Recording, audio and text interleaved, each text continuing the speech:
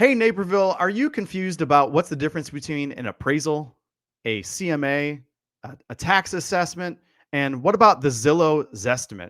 Hey, we're going to talk about all that and more up next on the Naperville Real Estate Weekly Market Update. Owning a home in Naperville is about living a great life today and investing in a secure tomorrow. On this show, we're going to give you the tools to do both. Welcome to the Naperville Real Estate Weekly Market Update. Hey, Naperville, welcome back to the Naperville Real Estate Weekly Market Update. I'm Chris Grano from Keller Williams, and my co-host right here, Mr. Todd Gosden from Compass Mortgage. How you doing, Todd? I am doing great, thank you, and glad to be back after a 1 week hiatus. I'm ready. Let's do this. Yes, sir. Same here. Brief apologies to the listeners and viewers who were hanging on the edge of their seats for last week's show. and they didn't get it. So apologies, but we're back and ready to roll. So we're going to talk, as I mentioned, about appraisals today because it's a hot topic with home prices soaring as they have. And a lot of buyers and sellers are learning a lot or hearing the word appraisal and feeling the tension behind that word a lot more right now. So we're going to talk about what appraisals are doing in this market. And we're also going to clarify the difference between an appraisal and some of these other ways of valuing homes. So let's dive real quickly into this week's numbers. I'm going to keep this part brief, but I do have last week's numbers as well. And the good news is the market continues to roll. We are actually up in activity over this week and last week from May 12th, which was our last show. So new listings went from 111 to 120 last week and now 127 this week. So a lot more activity. So happy news for you buyers out there. There are more homes coming to market. The good news for sellers is that you buyers are ready to buy them as they hit the market. We had 89 homes under contract 2 weeks ago, 100 homes under contract a week ago, and 112 over this past week. So lots of activity happening, and closings are following as well. We had 94 closings this week in Naperville. So I'll take a look real quick and just tell you that inventory is not changing much, and it is actually down 3 weeks in a row now, actually 4 weeks in a row at the below $500,000 market range. And Todd, here's the big number is that days on market have been cut in half over the last couple of weeks and actually by 3 over the last 5 weeks. In the market, in that price range under $500,000, it's only 16 days, average days on market for homes to sell. And that is just lightning speed. So we're talking 2 weeks basically to sell a home under $500,000. And then next range, we're at 2.49 months supply of inventory. Again, very strong seller's market and only 56 days on market. So, man, things are flying. Am I right?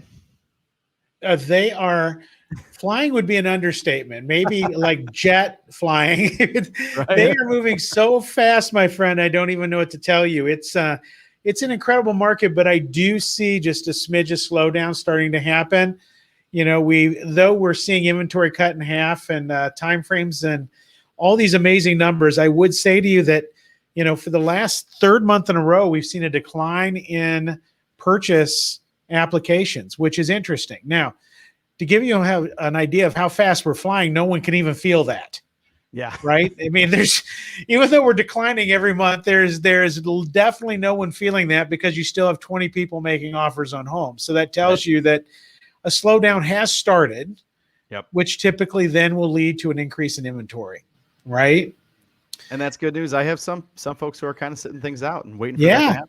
Yeah, absolutely. So I think a lot of positive things are happening in the marketplace. There is no question at all. What's interesting is if you measure the first quarter of this year and compare it to the last 3 quarters of the last 3 years, we've hardly done any more purchases or sales than we have in the prior 3 years. Wow. Isn't that crazy? Yeah. That's insane, right? And interesting also, so many people are worried about foreclosures.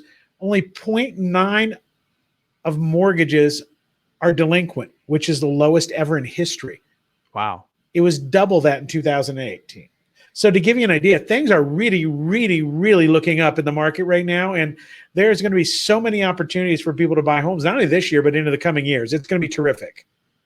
Yeah. And you pointed that out a couple of weeks ago when we were talking about, you know, that question of are things headed south, and No. you pointed out how different things are. Even though prices are rising, they're rising for a much, much different reason, and good reasons, Very good versus, reasons. versus 13 years ago.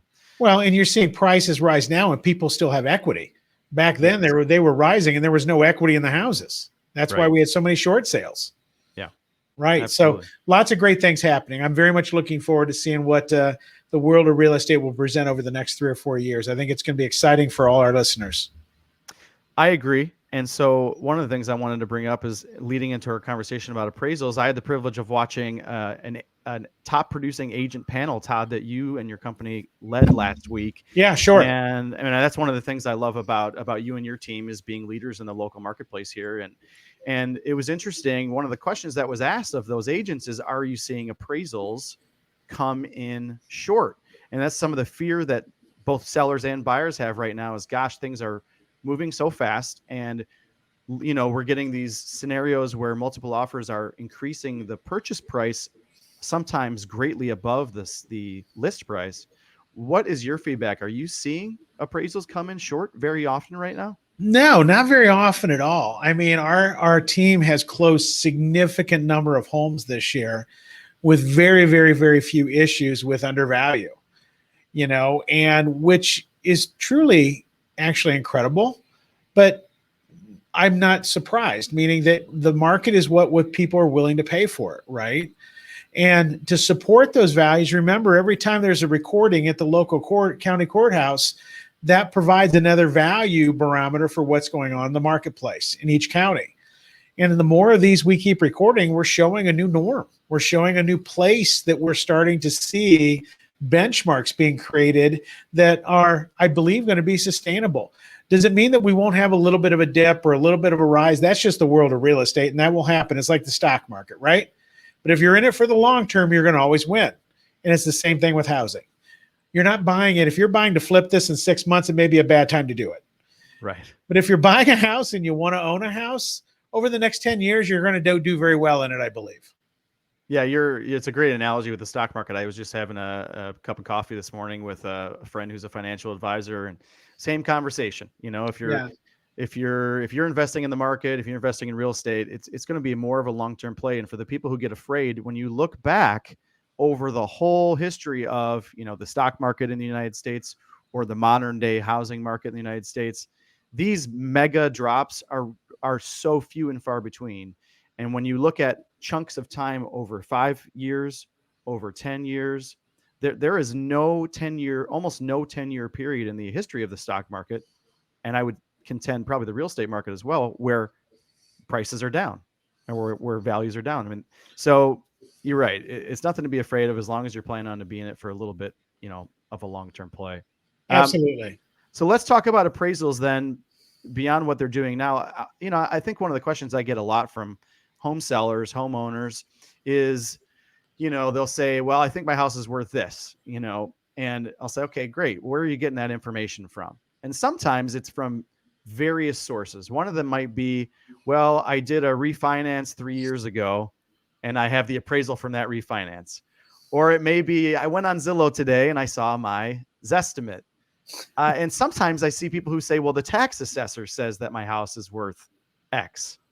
And so I just wanted to flesh out a little bit the differences between those things.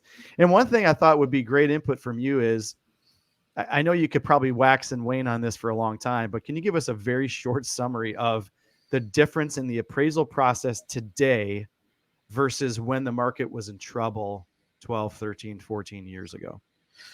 Well, I think the appraisal market was no different than the actual financial part of the market back in those days. I used to call it the wild, wild west, right? And that's kind of what it was. Back in those days, with a pulse, you could borrow money, right? And many times you didn't even need pay stubs. They had all these creative programs because everybody thought that everybody should own a home. Well, the answer is I would love for everybody to own a home, but I don't want everybody to own a home if it's going to put them in financial straits, because that's no fun either, right? We got to make sure that you can afford it. I tell every client, it's not how much you buy, it's how much what you pay on a monthly basis. You have to be able to live with that ball and chain, right? Appraisals are a little bit the same way. Back in those days, it was a little bit more wild, wild west, meaning there was there were significantly more appraisers than there are today. That's number one. Number two, though, but there was no accountability on those appraisals. Where the market has changed a little bit with appraisals is that your adjustments based on value when you're comping one home after another have to fall within a certain range. You can't buy one house and say, okay, the patio is worth $30,000 more, so we're going to increase the patio by $30,000 in the other house. You just can't do that because unless there's a mammoth swimming pool attached to it, it doesn't make a bit of difference, right? So I think what we found with appraisals is the same way we have in the financial industry is as they've tightened up the guidelines, tightened up the checks and balances and accountability, you can see that there's a little bit moderation there. So when people say, oh my gosh, are we going to have the bubble we had back in those days? The answer is no. Things are so different, both in the appraisal world, probably in the real estate world. I can't speak to that. And also in the financial world. Things have changed completely over those years of 2008 to 2012. And it took a little bit of time for 7 or 8 years to us to find normal again. And now that we're there, going into this housing boom, what's creating values increasing is just shortage of inventory, supply and demand, right? Yep, and you hit it on the head when you said the tightening of the guidelines for appraisals, and that actually kind of leads perfectly into explaining some of the differences. Is a lot of people ask me, well, okay, so what's the difference between an appraisal and a comparative market analysis, a CMA, that a real estate agent will do you? And there's an official answer that they're not the same thing, and then the reality is that they're very, very similar. If a CMA is done properly, following some of those similar guidelines that an appraisal should use, you should be coming out with pretty similar numbers. And so for sellers out there, if you're a homeowner and you're thinking, okay, what's my home worth? If you talk to a real estate agent that you have a relationship with, they should be able to do a quality CMA for you to get you pretty darn close to what an appraiser is going to do for you, right? And you would think so. Very, very close. Yeah, I mean, again, and you might want to ask them, tell me about your process. I had someone mention that the other day. An agent actually said, well, someone's questioning my CMA. I said, show them your process. Show the seller how you get to your answer so they can understand for themselves, so they can be educated and not just, take it for face value. And then the other, piece of it is, okay, what about this estimate? Well, what a lot of people don't realize is Redfin has an automated estimate. Zillow has an automated estimate. There's a number of websites out there that can give you an automated estimate, but it's kind of like, it's similar to a car, right? I mean, a computer can probably try to guess what your car is worth, but until somebody walks by it, sees how many scratches and dents, sees, how good or bad the interior condition is, and hears the motor run, they don't really know what it's worth. It's the same thing with these automated estimates. No, Zillow doesn't know if you completely renovated your basement. Zillow doesn't know if you put in a gourmet kitchen. So they're going to try to guess what your house is worth based on publicly available data. But it's just a starting point. So and it's not even a starting point. I mean, a lot of times, frankly, and we know this, and if you search it enough, is two things happen. Okay. And number one is that you're exactly right. If you're going to appraise a car, doing a software program that's going to estimate the value of your car being in fair, better, and best condition, you could look at it the same way with a home, right? Because until you actually go into it, touch it, feel it, you're never going to really know. So really the CMA and the appraisal themselves are the two best opportunities to get the closest to value that you're going to see in a home, because we have data on that. Fannie Mae and Freddie Mac have the data on that. There's somebody showing up to it for the most part, most of the time. Mm-hmm. And obviously you in the professional world of real estate would say, this is what I do for a living, is basically price homes. Right. Right. And so I couldn't agree more. I think that you may get an idea of ballpark within maybe $50,000 of what your house is worth, but you're not going to peg it down to where you believe that someone would actually justify spending the money to purchase it or sell it. Yeah. And for those, I think, Todd, because we talk a lot about, just keeping up on business with one another. I work with a lot of for sale by owners, and in my conversations with for sale by owners, one of the biggest challenges I find, and actually if they've been surveyed, and for sale by owners consistently say that their biggest challenge is pricing their home properly. I had a phone call, I might have even mentioned this on the show before, a few weeks back, with a homeowner who said, I got my homeowner contract, on my own. I said, that's great. What was the contract price? And she told me, and I said, I'm so sorry. and she said, well, it was full list price. And I said, I hate to tell you, but you probably left $20,000 on the table. Yeah. Because you didn't price it right to begin with. So it's a tricky world. And It is. I think it's important to touch base with experts, in that area. And if you want to, pay for an appraisal, and if people really want to have a second opinion, go ahead, hire an independent appraiser and have them come out and, do that. So yeah, I think it's important to realize, and it's important to pay attention to as we continue to go in this market. Any other thoughts on that?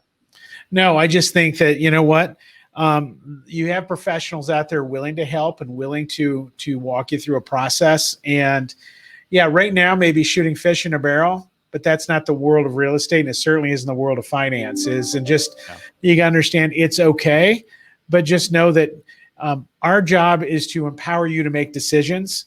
They're going to be beneficial to you and the future of your family. Yeah. Absolutely. And all we can do is supply information to help you do that.